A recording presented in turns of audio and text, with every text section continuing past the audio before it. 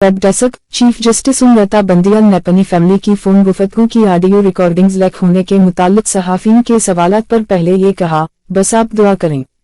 जब सहाफियों ने अपने अल्फाज बदलकर यही सवालात पूछा तो चीफ जस्टिस ने पहले सीने पर हाथ रख लिया, फिर अपनी मीना पर उंगली रखी और खामोशी से गाड़ी में बैठकर चले गए। ये वाकया इतवार के रोज चीफ जस्टिस अता बंदियाल की जस्टिस AR कार्नवालिस की याद में मुनक़िदा कॉन्फ्रेंस से वापसी के वक्त पेश आया।